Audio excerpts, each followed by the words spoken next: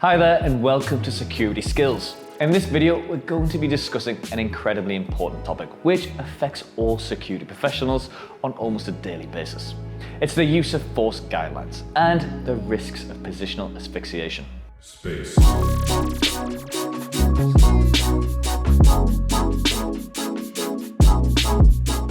I'm Carl Randle and this is Anthony Milner. Anthony has over 20 years in the security industry and is an active security instructor.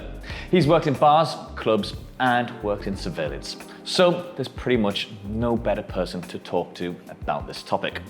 So Anthony, use of force, reasonable force. What is it? Carl, what we need to look at here is the legal definition of reasonable force. And unfortunately, on a number of occasions, I've had to deal with incidents where police have contacted me over a door staff using what they would deem as excessive force, and then I'd have to go through what exactly they've been trained in to show that that wasn't part of the course. So when we look at reasonable force, we're looking at whether the use of force was necessary as well as proportionate at the time of the incident. And that's super important. And if you can't show it was necessary to use force, then proportionality is not even relevant after that. And obviously with reasonable force, it can be quite subjective. It can get a bit blurry. So I think the best thing to do is to actually run through what is deemed as reasonable force and what isn't. Excellent, yeah, let's do it.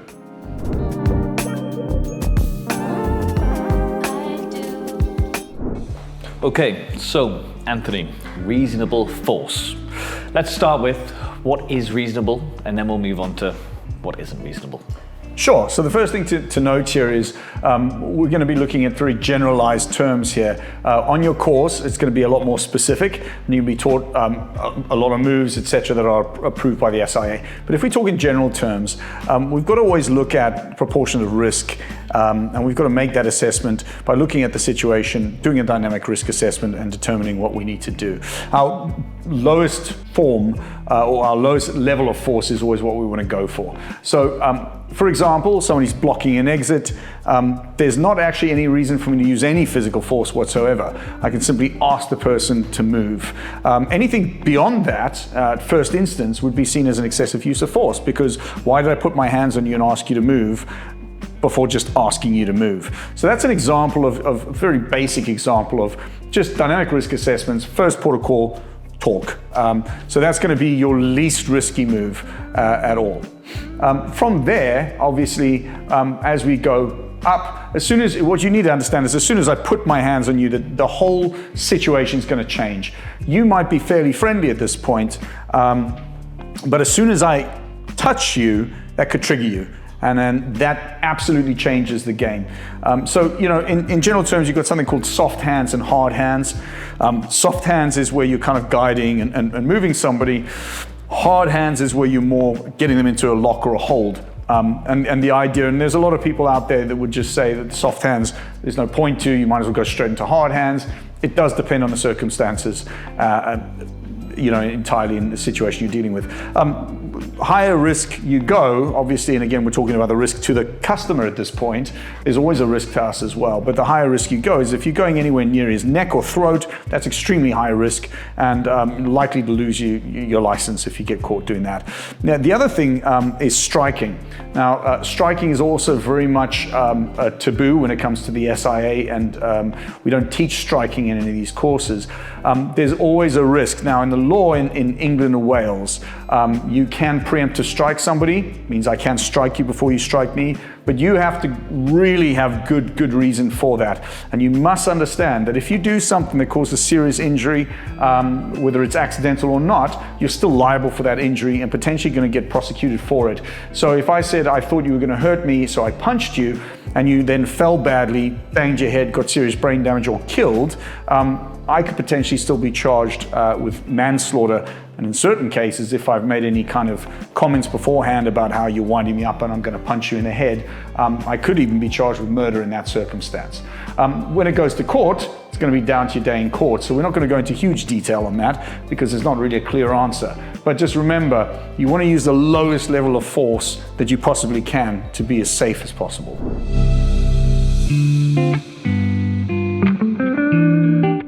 All right, well, I think we definitely need some practical demonstrations. All right, excellent. So in your course, there's sort of 3 areas you're going to explore in physical intervention. 4 if we're counting the theory, which is very important as well, where we talk about risks, mental health issues, all of that kind of stuff as well. But when we're looking at the actual physical intervention, the practical elements, we're looking at breakaways. And what that means is somebody has, for example, grabbed my wrist. So if you grab my wrist, how do I break away from here, causing no injury to the person grabbing me, the customer, and getting away without any delay. We'll also look at, just let go for 1 sec, we'll also look at prompting, guiding, and escort techniques as well. And again, they can vary depending on which model you're using. And lastly, we also look at safe ways of taking people down the stairs. Now, it is arguable over how safe it is to take someone down the stairs. The safest way to take somebody down the stairs is to tell them to walk down the stairs, not put our hands on. There is actually always a risk, no matter what technique you use. If we're in any kind of hold going downstairs, there's always going to be the risk there of potential injury. So we want to try and get them to walk down the stairs themselves. But if we're looking at breakaways, and we're just talking about sort of reducing risk, if somebody grabs me by the wrist, and again, number of different ways to get out of this, number of different techniques taught. So I'll just show one of them. But what we're looking to do here is we're looking at a risk, we're looking at these grab me. We also don't know what his intent is. So here, we're not going to waste a lot of time asking what his intent is. We want to get our hand back. A couple of different ways you can do it, depending on the technique you're shown. One of them is a simple twist and release. So I'm just simply, and again, Carl's being nice and letting go, but essentially we're just using a technique here to get to that sort of open area there. I'm twisting around to there, and I'm using the crook of my arm, the bend of my arm here, and levering my way out of that.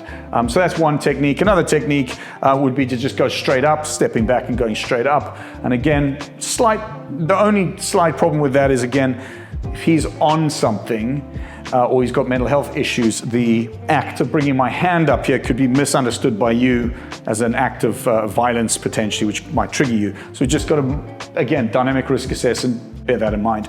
But that would be seen as a very low risk. If you think about it, when I'm coming out of that, what is the danger to the customer? There isn't. I'm not gonna cause any injury. And if we switch that up, grab me again, and now in order to get out of this, I use a technique like this where I wrap over the top, bringing him around into here and control him. First thing is the SIA would say, well, that's not a release because we haven't broken contact. But at the same time, I've also got him into a control position here where I can cause injury. Well, not injury necessarily. Well, if I don't know what I'm doing, I can cause injury. For a small amount of pressure here, can hyperextend his arm, cause injury. But I'm also using what would be seen as an excessive use of force. So I don't really have an excuse to do that. You might have just grabbed me to ask me where the toilets are, or to ask me to help your friend who's fallen over or something like that, and then I've overreacted into this situation. So that would be seen as unreasonable in the circumstances.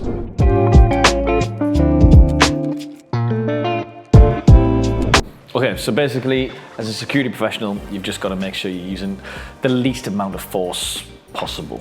Absolutely. Whatever seems safe and seems reasonable at the time. Absolutely. Okay, so taking it to an extreme, there's been several cases of this, but positional asphyxiation. Sure. So I think the first thing to understand is what positional asphyxiation is. And essentially that is the person's inability to breathe brought about by the position of their body. So first thing to understand is, how do we breathe? What happens? Well, we have a diaphragm and we have our lungs, and our diaphragm expands, which creates a low pressure in the lungs. So the air, ambient pressure, will flow in to fill that void essentially. So your breath goes in, breathing out, your diaphragm will then collapse back down, increasing the pressure in the lungs, and again, air is going to flow out.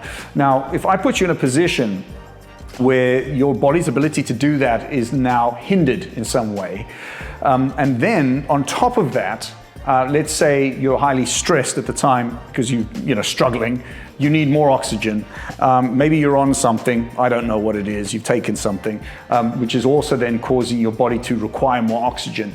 Very quickly, the body can become deprived of oxygen and organs can start to shut down. And it's frighteningly fast this can happen. Someone can go from sort of struggling at sort of level 11 while you're struggling to hold them down to suddenly unconscious and in fact in respiratory arrest. So that means they're not breathing anymore. And it can be very easy to miss that if you're pumped full of adrenaline yourself and you're on top of the guy trying to hold him down because you're worried about your own safety and your colleague's safety.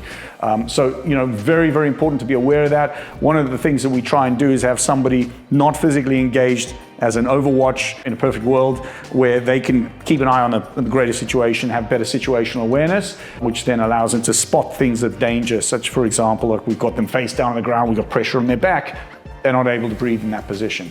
But remember, positional asphyxiation doesn't just mean the prone restraint, which was that face down on the ground. It could be any position, bent forward over a table, something like that. Anywhere where the lungs aren't able to get oxygen due to the restriction of the diaphragm. Okay, brilliant. Thank you very much, Anthony. So we've covered everything there is to do with the use of force, making sure that it is reasonable force, and also a little bit about positional asphyxiation. Now, if you do have any questions at all to what we've covered in this video, please feel free to leave them in the comment section. But that's all from us. Make sure to like, subscribe, and turn on that notification bell for more helpful videos.